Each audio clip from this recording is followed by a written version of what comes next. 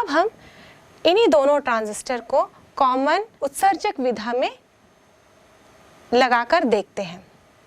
जब कॉमन उत्सर्जक विधा में लगाएंगे तो वहाँ पर उत्सर्जक कॉमन रहेगा, क्योंकि जब हम सर्किट में जोड़ते हैं तो 2 टर्मिनल इनपुट के लिए चाहिए और 2 टर्मिनल आउटपुट के लिए चाहिए। तो यहाँ पर हम उत्सर्जक को कॉमन कर देते हैं और परिपथ में जोड़ते हैं। तो सबसे पहले हम पीएनपी ट्रांजिस्टर को कॉमन उत्सर्जक यानी कि एमिटर मोड में जोड़कर सर्किट बनाते हैं। इस प्रकार हम कॉमन एमिटर मोड में पीएनपी ट्रांजिस्टर को जोड़ने की कोशिश करते हैं। सबसे पहले हमने पीएनपी ट्रांजिस्टर लिया। अब इस पीएनपी ट्रांजिस्टर के एमिटर को हमको कॉमन करना है बेस में और कलेक्टर में। तो हम इसको इस तरीके से घुमा देते हैं।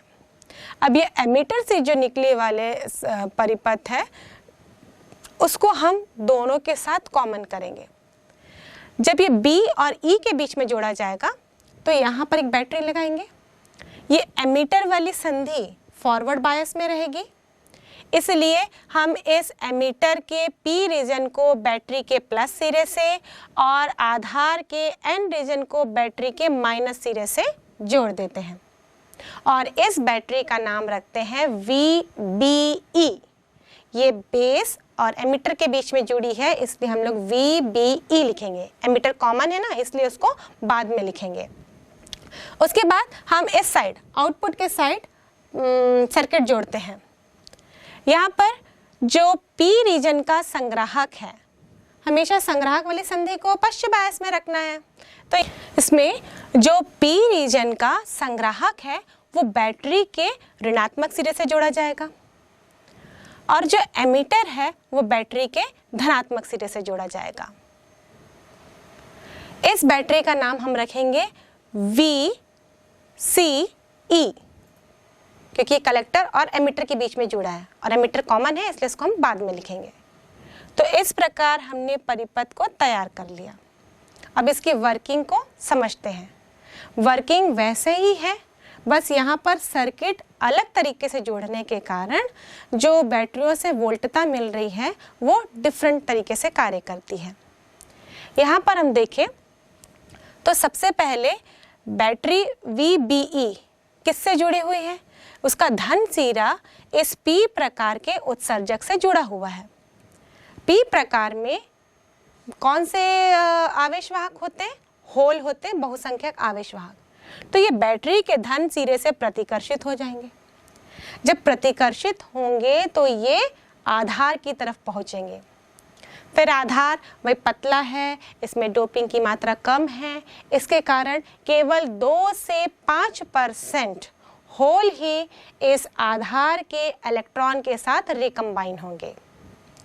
यहाँ पर इस आधार में रिकॉम्बिनेशन होता है। जब रिकॉम्बिनेशन होता है उस समय यहाँ इस बैटरी के नेगेटिव टर्मिनल से एक इलेक्ट्रॉन निकल के आधार की तरफ पहुँचता है। जैसे एक इलेक्ट्रॉन और होल रिकम्बाइन होते हैं ना, वैसे ही एक इलेक्ट्रॉन इस बैटरी के ऋण टर्मिनल से निकलता है और ये आधार की तरफ पहुँचता है। जैसे ही अगला वाला इलेक्ट्रॉन होल रिकम्बाइन होगा आधार में, वैसे ही अगला इलेक्ट्रॉन बैटरी VPE के टर्मिनल से निकलेगा नेगेटिव और ये पहुँचेगा आधार तक। इस प्रकार आधार में IB धारा अल्प धारा प्रवाहित होगी, जिसकी दिशा हम बनाएंगे आधार से लेके बैटरी के ऋण टर्मिनल तक, क्योंकि इलेक्ट्रॉन ऋण से आधार तक पहुंच रहे हैं, इसलिए धारा की दिशा हम इसके विपरीत दिशा बनाएंगे। अब जो यहाँ पर इस संग्राहक से जो होल्स चलते हुए आधार तक आए, 2 से 5% रिकम्बाइन हुए और जो बाकी होल्स हैं वो किसकी तरफ जाएंगे? वो संग्राहक की तरफ, क्योंकि संग्राहक का सिरा किससे जुड़ा हुआ है? VCE बैटरी के ऋणात्मक सिरे से। इसलिए ऋणात्मक सिरे से जुड़े होने के कारण ये होल संग्राहक की तरफ आकर्षण महसूस करेंगे और इस प्रकार होल जो है वो उत्सर्जक से लेकर संग्राहक तक पहुंच जाते हैं। अब जैसे ही होल्स संग्राहक के आखिरी छोर तक पहुंचते हैं, वो तार में आगे प्रवाहित नहीं हो पाएंगे, क्योंकि तार में केवल मुक्त इलेक्ट्रॉन ही प्रवाहित होते हैं। उस कंडीशन में इस VCE बैटरी के ऋणात्मक सिरे से इलेक्ट्रॉन निकलेंगे और इस संग्राहक के आखिरी छोर में जो होल्स पहुंचे हैं उनको जाकर वो रिकम्बाइन करेंगे।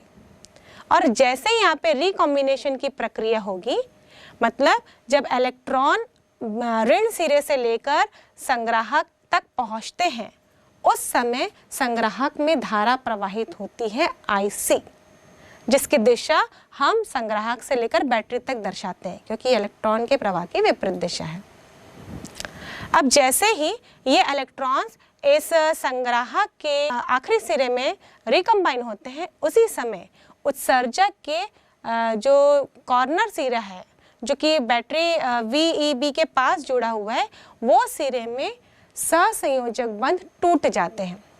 जब सहसंयोजक बंध टूटता है तो उसमें से एक इलेक्ट्रॉन और एक होल निकलते हैं। जो इलेक्ट्रॉन निकल रहे हैं वो इलेक्ट्रॉन इस बैटरी VBE के टर्मिनल तक पहुंचते हैं। इसलिए इसमें जो धारा प्रवाहित हो रही है उसकी दिशा हम अंदर की ओर दर्शाए हैं, और इस धारा को हम कहते हैं उत्सर्जक धारा। और जो होल निकला वो होल पहुंचेगा आधार तक, और इस प्रकार PNP ट्रांजिस्टर के अंदर होल प्रवाहित होते हैं, और हम तार में बाहर देखें तो केवल मुक्त इलेक्ट्रॉन ही प्रवाहित होते हैं। इस प्रकार हम देखें तो किरचॉफ के द्वितीय नियम से यहाँ पर भी IE बराबर होगा IB प्लस IC, क्योंकि IE धारा इस ट्रांजिस्टर के अंदर प्रवेश कर रही है, IC धारा और IB धारा इस ट्रांजिस्टर से बाहर की ओर जा रही है। तो हम लिखते हैं IE बराबर IB प्लस IC। यहाँ पर भी जो बेस धारा है उसका मान बहुत कम होगा कंपैरिजन टू IC धारा। अब हम NPN ट्रांजिस्टर को इस उभयनिष्ठ उत्सर्जक विधा में जोड़ते हैं। जब हम जोड़ेंगे तो इसका परिपथ किस प्रकार बनेगा? यह है NPN ट्रांजिस्टर, इसको हम जोड़ रहे हैं उभयनिष्ठ उत्सर्जक विधा में, एमिटर को कॉमन करने वाले हैं। जो बेस और एमिटर के बीच में बैटरी जुड़ेगी, जो एमिटर और बेस की संधि है वो फॉरवर्ड बायस में आ जाए, इसलिए हम यहाँ पर एमिटर जो कि N रीजन का है उसको बैटरी के ऋण सिरे से, और बेस जो कि P रीजन का है, P प्रकार का है, उसको बैटरी के धन सिरे से जोड़ देते हैं, और इसका नाम रखते हैं हम लोग VBE। ऐसे ही संग्राहक और उत्सर्जक के बीच में भी हम बैटरी लगाएंगे। इस प्रकार लगाएंगे कि संग्राहक वाली जो संधि है वो पश्च अभिनति में हो, इसलिए हम जो संग्राहक N प्रकार का है उसको हम जोड़ते हैं बैटरी के धन सिरे से, और जो उत्सर्जक वाला हिस्सा है उसको हम जोड़ते हैं बैटरी के ऋण सिरे से। इस प्रकार हम यहाँ पर बैटरी जोड़े और इसका नाम रखते हैं VCE, क्योंकि ये कलेक्टर और एमिटर के बीच में है। अब यहाँ पर किस प्रकार धारा का प्रवाह होगा, मतलब ये किस प्रकार चालन करेंगे, ये देखते हैं। P प्रकार का बेस ये बैटरी के धन सिरे से जुड़ा है, और इस P प्रकार के बेस में क्या है? होल्स हैं। बैटरी के ऋण सिरे से N प्रकार का उत्सर्जक जुड़ा है। धारा उत्सर्जक से लेकर संग्राहक तक प्रवाहित होती है। तो बैटरी के ऋण सिरे से इलेक्ट्रॉन जो उत्सर्जक में है वो प्रतिकर्षित होंगे, और ये प्रतिकर्षित होकर होल की तरफ जाएंगे। होल जो आधार में मौजूद है वो भी बहुत अल्प मात्रा में है। यहाँ पर भी 2 से 5% इलेक्ट्रॉन होल्स का रिकॉम्बिनेशन हो जाता है, और जो बचे इलेक्ट्रॉन हैं वो आधार से VBE बैटरी की तरफ मूव करेंगे। मतलब यहाँ पर आधार में धारा अल्प धारा प्रवाहित होगी, जो जिसकी दिशा हम बैटरी के धन सिरे से आधार की तरफ देंगे, क्योंकि इलेक्ट्रॉन कैसे प्रवाहित हो रहे हैं, आधार से लेके बैटरी के ऋण सिरे तक। अब जो बचे हुए इलेक्ट्रॉन्स हैं वो इलेक्ट्रॉन संग्राहक की ओर बढ़ेंगे, क्योंकि संग्राहक VCE बैटरी के धन सिरे से जुड़ा हुआ है।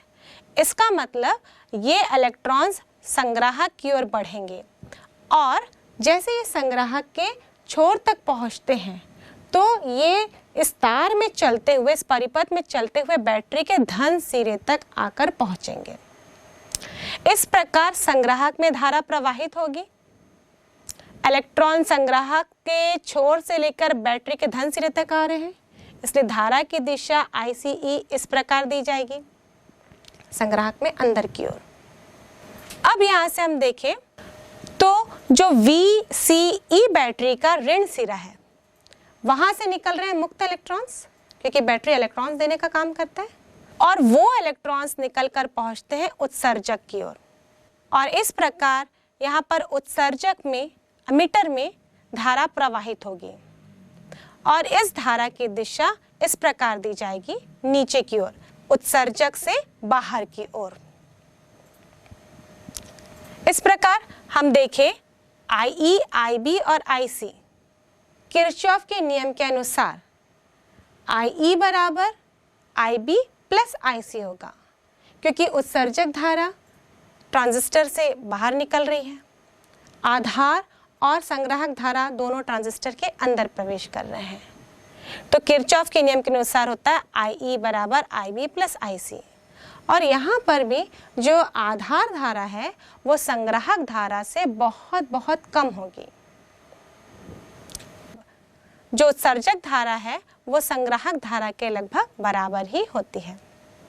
इस प्रकार हम NPN ट्रांजिस्टर में देखें तो बाह्य परिपथ में भी केवल इलेक्ट्रॉन ही प्रवाहित हो रहे हैं, और इस ट्रांजिस्टर के अंदर भी केवल इलेक्ट्रॉन है जो उत्सर्जक से संग्राहक की ओर प्रवाहित हो रहे हैं। इस प्रकार चाहे वो NPN ट्रांजिस्टर हो चाहे PNP ट्रांजिस्टर, अलग अलग विधा में हमने उसकी कार्यविधि को देखा, पर सभी विधा में हमने ये जाना कि जब वो वर्किंग कंडीशन में होता है ट्रांजिस्टर, तो उसमें जो उत्सर्जक संधि होती है वो फॉरवर्ड बायस में होती है, और अग्र अभिनति में होने के कारण उस संधि का प्रतिरोध कम होता है, और जो संग्राहक वाली संधि होती है वो पश्च बायस में होती है, और पश्च बायस में होने के कारण उस संधि का प्रतिरोध अधिक होता है।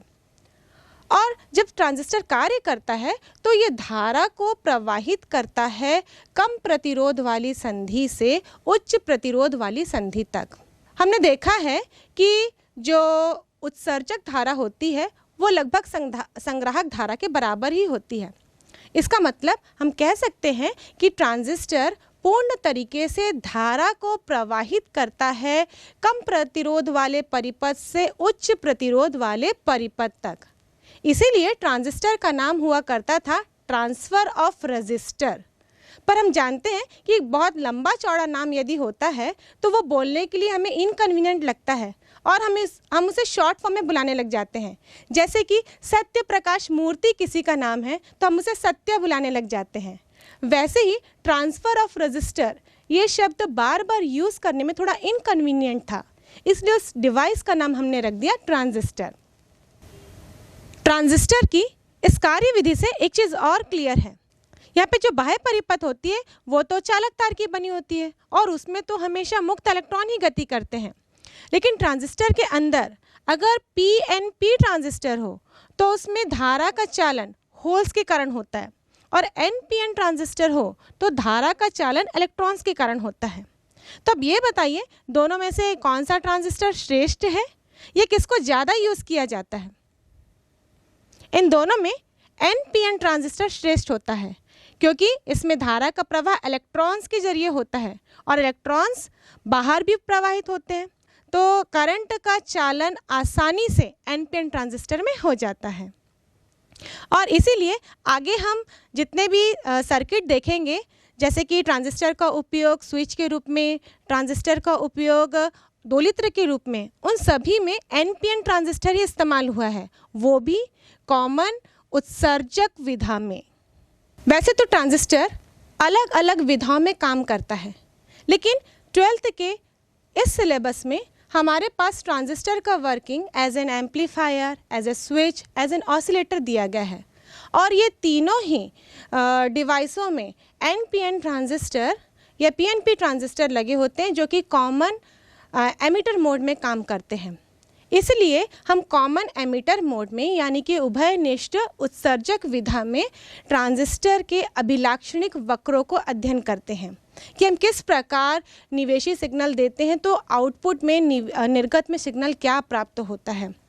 वास्तव में अभिलाक्षणिक वक्र या कैरेक्टरिस्टिक ग्राफ वोल्टेज और धारा के बीच में प्लॉट किया गया ग्राफ होता है और ये अलग अलग प्रकार से बनाया जाता है, कभी निवेशी परिपथ के लिए, कभी निर्गत परिपथ के लिए, कभी दोनों को कंपेयर करके। तो इस प्रकार हम अलग अलग अभिलाक्षणिक वक्र कॉमन एमिटर मोड में PNP तथा NPN ट्रांजिस्टर के देखते हैं। इसके लिए हम सबसे पहले एक परिपथ तैयार करेंगे, सर्किट तैयार करेंगे और इस सर्किट में हम सबसे पहले ट्रांजिस्टर जोड़ते हैं। एक्चुअली ये सर्किट बहुत बड़ा सा दिखता है और जब हम इनको जोड़ने की कोशिश करते हैं तो हम रट्टा मारते हैं कि यहाँ पर कहाँ एमीटर लगा है, कहाँ वोल्ट मीटर लगा है, कहाँ पर हमने वोल्टेज लगाया है, विभव अंतर लगाया है, इस प्रकार। तो इसको हम सीक्वेंस वाइज समझते हैं। इस परिपथ को मैं एक साथ ना दिखाकर आपको सीक्वेंस में दिखाती हूँ ताकि हमको याद भी हो जाए कि कहाँ कहाँ पर क्या क्या जोड़ना है। अब कैरेक्टरिस्टिक कर्व बनाना है, अभिलाक्षणिक वक्र बनाना है जो कि वोल्टेज और धारा के बीच में बनेगा। तो वोल्टेज का मापन किससे किया जाता है? वोल्ट मीटर से। और धारा का मापन किससे किया जाता है? अमीटर से। तो परिपथ में वोल्ट मीटर और अमीटर तो जुड़ेंगे ही। वोल्ट मीटर हमेशा परिपथ में समांतर क्रम में जोड़ा जाता है और अमीटर हमेशा परिपथ में श्रेणी क्रम में जोड़ा जाता है। हम इस प्रकार सर्किट को धीरे धीरे तैयार करेंगे। सबसे पहले हमने एक अमीटर बनाया। ये अमीटर हमको उभयनिष्ठ उत्सर्जक विधा में जोड़ना है, मतलब उत्सर्जक यहाँ पर कॉमन रहेगा, आधार के भी और संग्राहक के भी, इस प्रकार जोड़ना है। तो हमने अमीटर लिया जहाँ पे ये इस प्रकार हमने ट्रांजिस्टर लिया। ये अमीटर है E, ये बेस है B और ये कलेक्टर है C। अब बताइए ये कौन सा ट्रांजिस्टर है, NPN या PNP? तो ऐसे हम देखेंगे तो हम बिल्कुल भी नहीं बता सकते कि ये PNP है या NPN है। पहचानने के लिए हम एमीटर में तीर के निशान को देखते हैं। यहाँ पर मैंने तीर का निशान डाला ही नहीं है, तो जब तीर का निशान डलेगा तब हम बताएंगे ये कौन सा ट्रांजिस्टर है। मान लीजिए तीर का निशान एमीटर में बाहर की ओर है। अब बताओ ये कौन सा ट्रांजिस्टर है? ये है NPN ट्रांजिस्टर, क्योंकि NPN में तीर का निशान बाहर होता है। क्योंकि यदि हम देखें तो धारा प्लस से माइनस की ओर प्रवाहित होती है। अब कह सकते हैं कि P से N की ओर प्रवाहित होती है, तो हम यहाँ पर तीर का निशान बाहर की ओर डाल देंगे। अब ये हो जाएगा NPN ट्रांजिस्टर। अब सबसे पहले इसको वर्क करवाने के लिए हमको बायसिंग करना है। बायसिंग करना है मतलब यहाँ पर बैटरी से जोड़ना है, तभी तो इसमें वोल्टेज हम अप्लाई कर सकेंगे जिसके संगत यहाँ पे धारा बहेगी। तो जो अमीटर और बेस वाली संधि होगी वो फॉरवर्ड बायसिंग में होगी और जो उत्सर्जक वाली संधि होगी वो रिवर्स बायसिंग में होगी। तो इस परिपथ में अभी हम बैटरी जोड़ने का काम करते हैं, पर डायरेक्ट नहीं जोड़ेंगे, धीरे धीरे करके जोड़ रहे हैं हम। यहाँ पर हमने एक बैटरी ले ली। इस बैटरी का धनात्मक सिरा किससे जुड़ा होना चाहिए? P वाले सिरे से, तो इसलिए हम ऊपर धनात्मक सिरा बनाएंगे बैटरी का, और N वाले से ऋणात्मक सिरा जुड़ा होना चाहिए, तो N सिरा नीचे की ओर रखेंगे और इस बैटरी का नाम रखेंगे हम VBE, क्योंकि ये बेस और एमीटर के बीच में है। एक्चुअली यहाँ पर ये परिपथ को हम दो भाग में डिवाइड करेंगे। एक साइड जो होगा वो निवेशी वाला कहलाएगा जहाँ से इनपुट दिया जा रहा है, और दूसरा वाला साइड होगा वो निर्गत वाला होगा जहाँ से आउटपुट लिया जाएगा। तो पहले हम लोग निवेशी वाला परिपथ तैयार करते हैं। अब इस बैटरी के कारण हम देखते हैं कार्यविधि में तो पढ़े हैं, आधार में अल्प धारा प्रवाहित होगी।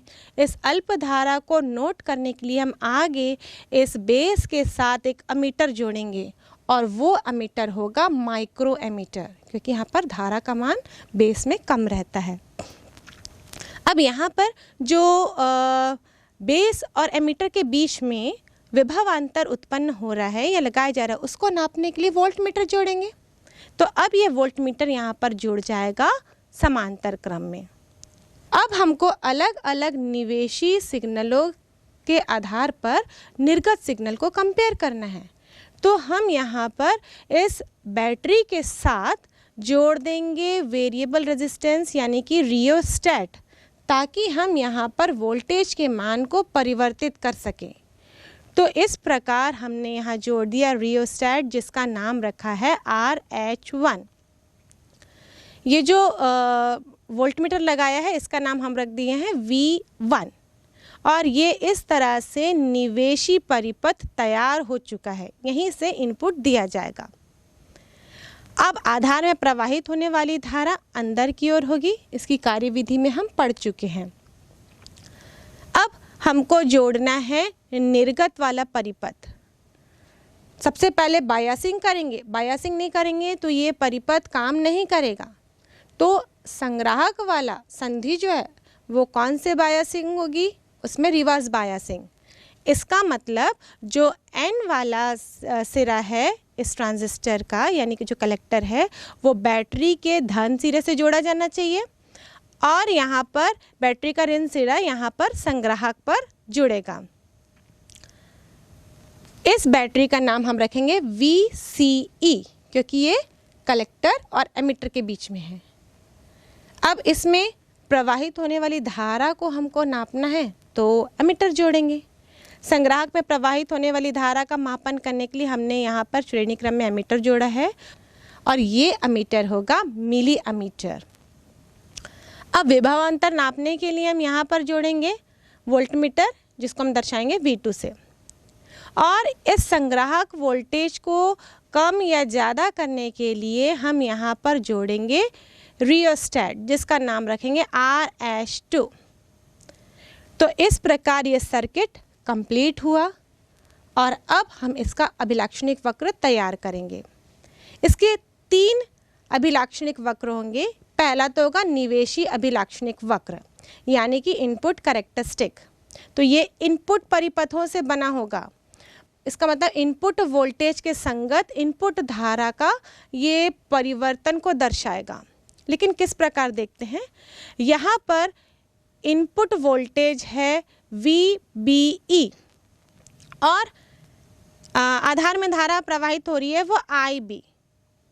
लेकिन इन दोनों के बीच में अगर हम परिवर्तन देखना चाहते हैं तो हमको आउटपुट में जो वोल्टेज लगा है यानी कि VCE, उसको नियत रखना पड़ेगा।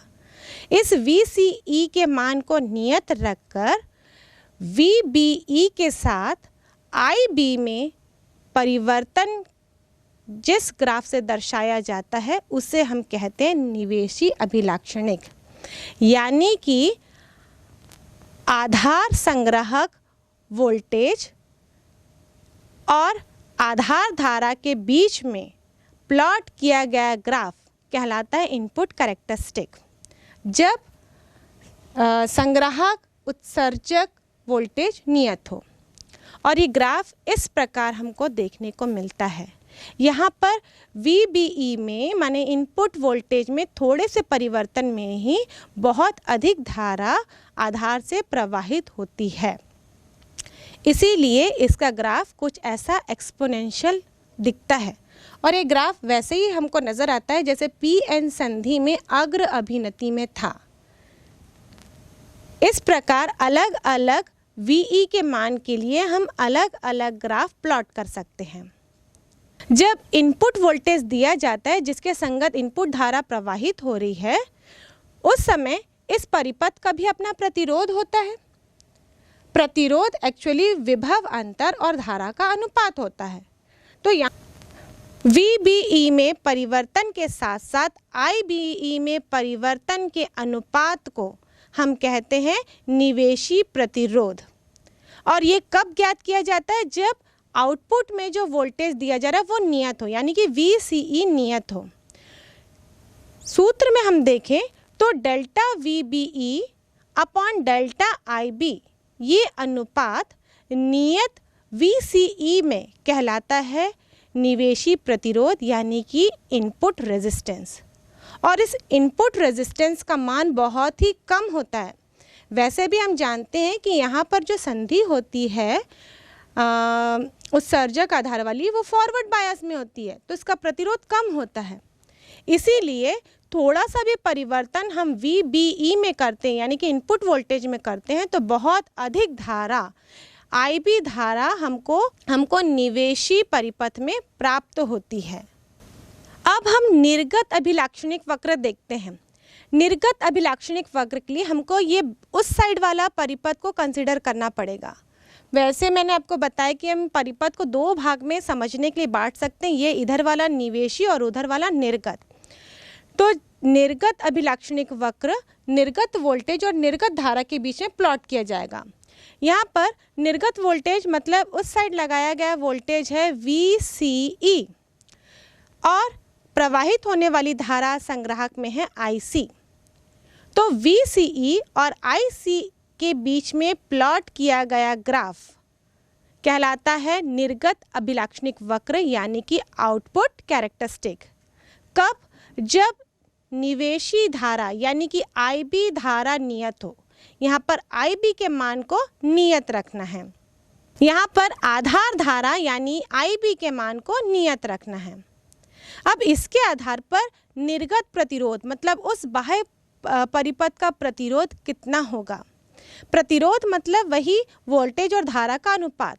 तो डेल्टा VCE और डेल्टा ICE यानी कि निर्गत यानी कि संग्राहक उत्सर्जक वोल्टेज में परिवर्तन और संग्राहक धारा में परिवर्तन के अनुपात को जब आधार धारा नियत हो उसे हम कहते हैं निर्गत प्रतिरोध, यानी कि RO यानी कि आउटपुट रेजिस्टेंस। और इस आउटपुट रेजिस्टेंस का मान बहुत अधिक होता है। यदि हम कंपेयर करें तो जो निवेशी प्रतिरोध होता है या इनपुट प्रतिरोध होता है वो सैकड़ों से हजारों ओम तक की कोटि का होता है, यानी कि कम होता है। पर जो आउटपुट प्रतिरोध होता है उसका मान 100 किलो ओम के आसपास होता है, यानी कि उसका मान अधिक होता है। अब नेक्स्ट है धारा स्थानांतरण अभिलाक्षणिक, यानी कि करंट ट्रांसफर कैरेक्टरिस्टिक। नाम से समझ में आ रहा है कि करंट किस प्रकार ट्रांसफर हुआ। निवेशी करंट था IB और आउटपुट में हमको मिल रहा है IC, यानी इन दोनों के बीच में जब ग्राफ प्लॉट करें तो वो ग्राफ कहलाता है धारा अंतरण अभिलाक्षणिक वक्र। हम यहाँ पर x एक्सिस में IB और y एक्सिस में IC को प्लॉट करेंगे। यहाँ पर जो आधार धारा है वो माइक्रो एम्पियर में है और संग्राहक धारा है वो मिली एम्पियर में है। जब हम आधार धारा के मान को संग्राहक धारा के मान के संगत प्लॉट करते हैं और उस समय हम आउटपुट वोल्टेज यानी कि VCE के मान को नियत रखते हैं, तो ये ग्राफ रैखिक ग्राफ पाया गया है। मतलब यदि हम IB के मान में आधार धारा के मान में परिवर्तन करते हैं तो उसी कोटि का परिवर्तन संग्राहक धारा में भी होता है। अब नेक्स्ट है धारा प्रवर्धक गुणांक। धारा प्रवर्धक गुणांक एक्चुअली जब हम वोल्टेज को नियत रखते हैं आउटपुट का यानी VCE नियत रहता है, उस समय delta IC upon delta IB यानी कि संग्राहक धारा में परिवर्तन और आधार धारा में परिवर्तन के अनुपात को जब VCE का मान नियत हो, इस राशि को हम कहते हैं AC धारा प्रवर्धक गुणांक और इसको हम दर्शाते हैं बीटा AC से। और यदि हम संग्राहक धारा और आधार धारा के अनुपात को निकालें तो इसे हम कहते हैं DC धारा प्रवर्धक गुणांक और इसको दर्शाते हैं हम बीटा DC से। जैसा कि हमने IB और IC के बीच में ग्राफ प्लॉट किया तो देखा कि ये ग्राफ रैखिक है। इसका मतलब जब IB का मान 0 होगा तो IC का मान भी 0 होगा। और हम कह सकते हैं कि बीटा AC बराबर बीटा DC होगी। मतलब दोनों ही प्रकार के धारा प्रवर्धक गुणांक एक दूसरे के बराबर होते हैं जब आधार धारा शून्य हो और संग्राहक धारा शून्य हो। इसी प्रकार हम PNP ट्रांजिस्टर को भी ऐसे परिपथ में जोड़ेंगे और उसका अभिलाक्षणिक वक्र बना सकते हैं। यहाँ पर भी 3 प्रकार के अभिलाक्षणिक वक्र बनेंगे, इनपुट कैरेक्टरिस्टिक, आउटपुट कैरेक्टरिस्टिक और करंट ट्रांसफर कैरेक्टरिस्टिक। बस यहाँ पर जब बायसिंग करेंगे तो बैटरी की दिशा बदल जाएगी क्योंकि ये PNP ट्रांजिस्टर है। वहाँ पर जिस प्रकार हमने बायसिंग करते समय सारे एमीटर वोल्टमीटर को जैसे जोड़ा था, यहाँ पर भी वैसे ही जोड़ा जाएगा, सिर्फ बैटरी यहाँ पर रिवर्स होगा।